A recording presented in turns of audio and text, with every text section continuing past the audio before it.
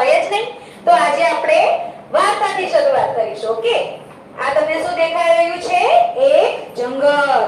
હે ને? જંગલમાં શું હોય? બહુ બધા જંગલી પ્રાણીઓ. એવા જ આપણે એક જંગલી પ્રાણી વિશે વાત કરવાના છે, જેનું નામ છે હાથી. હાથી બધાએ જોયો છે ને? હાથી કેવો હોય છે? હાથી ભાઈ તો જાડા લાગે મોટા પાડા. હે ને? હાથી. પણ હાથી કેવો હતો? બુદ્ધિમાન. હાથી બુદ્ધિમાન હતો. હાથી જંગલમાં રહેતો હતો. પણ એક દિવસ શું થાય છે? હાથી જંગલમાં ફરતો હોય છે, પણ એનો કોઈ મિત્ર ન હતો. એ એકલો હતો. એ બિચારો મિત્રની શોધમાં જંગલમાં આમ તેમ ફરતો હોય છે. ત્યારે શું થાય છે? જંગલમાં સામે એને વાંદરાભાઈ મળે છે. વાંદરાભાઈ જોયા છે ને? કેવા એક ઝાડથી બીજે ઝાડ હુટ હુટ હુટ એવી રીતે કૂદકા મારતા હોય છે. એવી રીતે એમને સામે વાંદરાભાઈ મળે છે. હાથીભાઈને થાય છે, ચાલો ને હું વાંદરાભાઈને પૂછું કે મારા દોસ્ત બનશે, મારા મિત્ર બનશે. હાથીભાઈ જાય છે. વાંદરાભાઈ શું તમે મારા દોસ્ત બનશો? વાંદરાભાઈ કહે, હું શું વાત કરો છો? હું તમારો દોસ્ત? ના ભાઈ ના, હું તમારો દોસ્ત ના બની શકું. તમે તો કેવા મોટા આકારના, અને હું તો નાનો અમથો. તમે મારી જેમ એક ઝાડથી બીજી ઝાડ કૂદી શકશો નહીં ને? તો આપણા વચ્ચે દોસ્તી નહીં થાય. એમ કરીને વાંદરાભાઈ આગળ જતા રહે છે.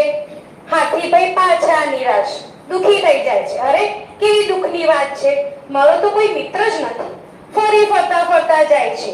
ત્યાં સામે એમને સસલાભાઈ મળે છે.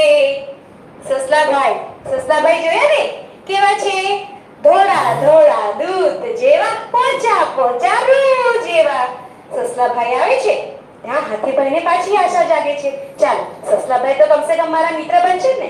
તો એ સસલાભાઈને પૂછે છે, સસલાભાઈ શું તમે મારા મિત્ર બનશો? સસલાભાઈ કહે, ના રે ના, હું તમારો મિત્ર ના બાપ, હું તમારો મિત્ર ના બનું. તમે તો મોટા, તમે તો મારા દરમાંથી ના આવી શકો. તમે મારી જેમ કૂદકા મારી શકો? ના ને. મારી જેમ ઝડપથી દોડી શકો? ના ને. તો હું તમારો મિત્ર ના બની શકું.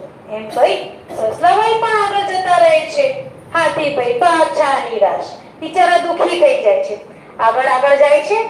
ફરી જાય છે. ત્યાં જુએ છે જંગલમાં બહુ બધા વૃક્ષો છે. એમને થાય છે, ચાલો કોઈ મિત્રતા નહીં કરે તો કશો વાંધો નહીં, હું ઝાડ સાથે મિત્રતા કરું.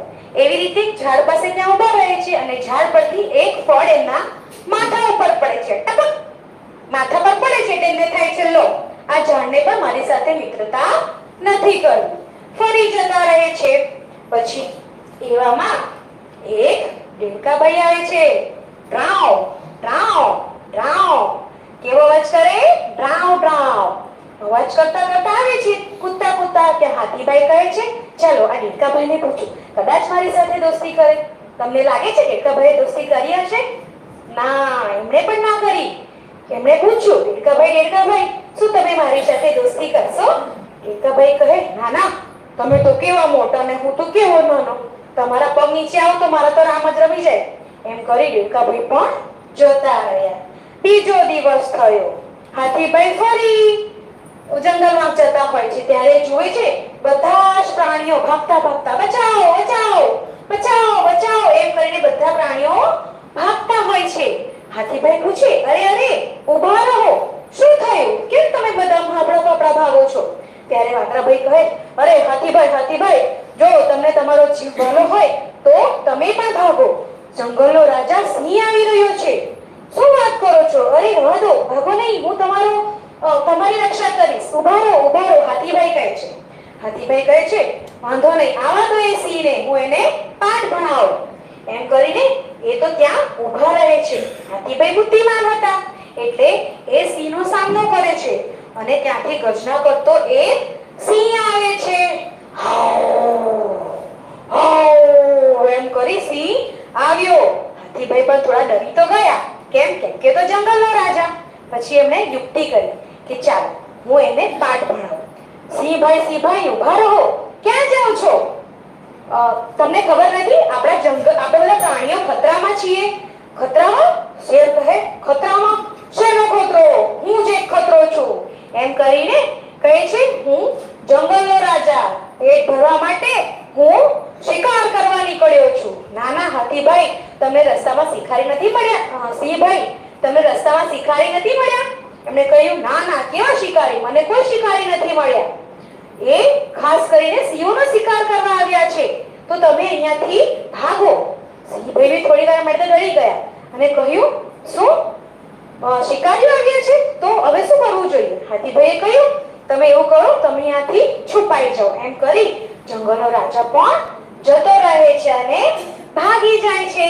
એમ કરી બધા જ પ્રાણીઓ ખુશ થઈ જાય છે અને હાથીભાઈ પાસે આવે છે અને એમની પ્રશંસા કરે છે અને એમને આભાર માને છે કે થેન્ક યુ હાથીભાઈ કે તમે અમારી રક્ષા કરી. એટલે મિત્ર એવો કે જે આપણો મુસીબતમાં સાથ આપે એ જ મિત્ર, એટલે તમે અમારા સાચા મિત્ર. એમ કરી બધા પ્રાણીઓ હાથીભાઈના મિત્ર બની જાય છે. બરાબર ને બાળકો? એટલે આપણને આ વાતથી શું બોધ મળે છે કે મિત્ર એવો શોધવો ઢાલ સરીખો હોય, દુઃખમાં પાછળ પડી રહે, સુખમાં આગળ હોય. સોરી, મિત્ર એવો શોધવો ઢાલ સરીખો હોય, જે દુઃખમાં આગળ રહે અને સુખમાં પાછળ હોય. Okay, thank you. આજના સમય મુજબ તમારું જે હતું એ